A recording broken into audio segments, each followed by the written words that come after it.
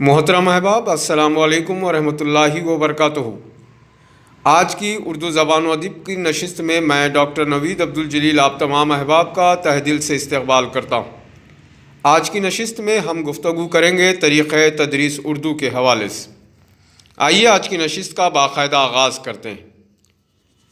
سب سے پہلے ہم بات کریں گے اردو کی تدریس کے اہم اور بنیادی مقاصد کے حوالے سے۔ دنیا کی کسی بھی زبان کی تعلیم و تدریس کا گہرا تعلق دو باتوں سے ہوتا ہے۔ نمبر ایک، سیکھنے والے کے لیے اس زبان کو سیکھنا کیوں ضروری ہے۔ نمبر دو، وہ کیا محرکات ہیں جن کے پیش نظر وہ اس زبان پر عبور حاصل کرنا چاہتا ہے۔ تو یہ دو سوالات ہیں جو کسی بھی زبان کی تدریس کے لیے پڑھانے والے یا تدریس کے پیشے سے وابستہ افراد کو ذہن میں رکھنا ضروری ہے۔ آئیے آگے بڑھتے ہیں۔ زبان کی سیکھنے کی اہم ضرورتوں کے طور پر ہم ضرورت برائے زندگی، ضرورت برائے تعلیم اور ضرورت برائے ملازمت یا تجارت کا خاص طور پر ذکر کر سکتے ہیں۔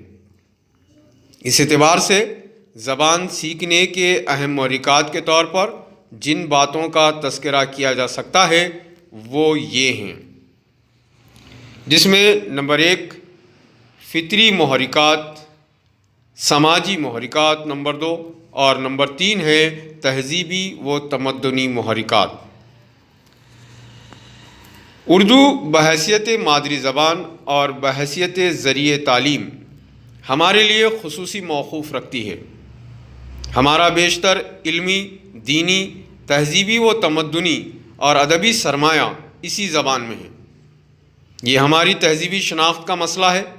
اس کی بقا کے لیے یہی زبان زیادہ معاون ہے، کیونکہ رسم الخط، متعدد الفاظ و تراکیب، محاورات، ضرب الامثال، تلمیحات و تشبیہات، خیالات و جذبات سے طلبہ بہت حد تک مانوس ہو جاتے ہیں۔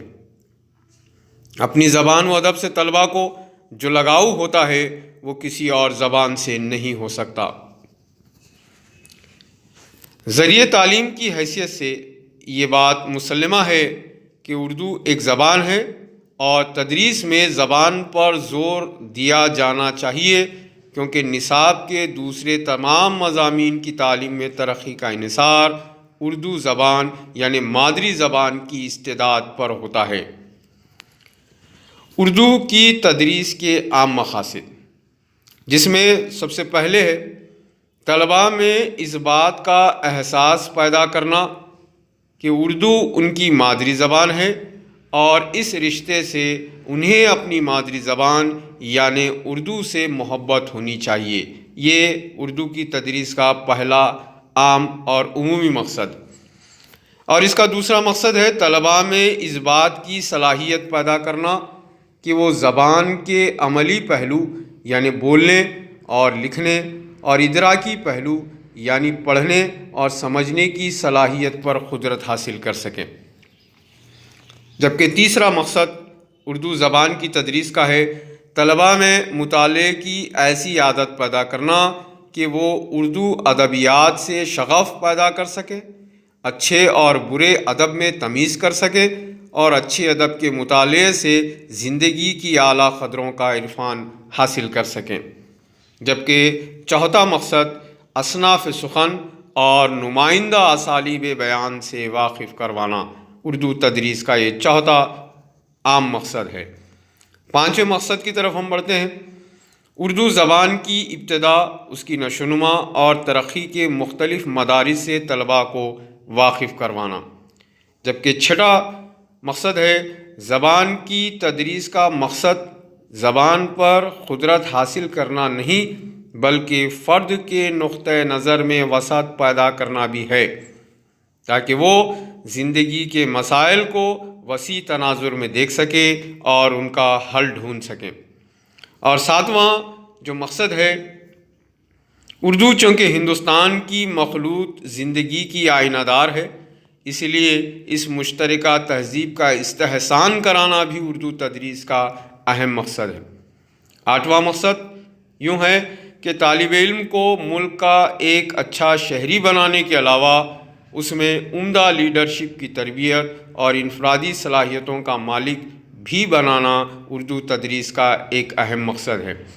تو محترم احباب، یہ وہ مقاصد ہیں جس کو ایک معلم اپنی تدریس کو بہتر بنانے کے لیے یا اردو زبان و ادب کو بہتر طور پر کمرے جماعت کے اندر پڑھانے کے لیے ذہن میں رکھنا بہت ضروری ہے۔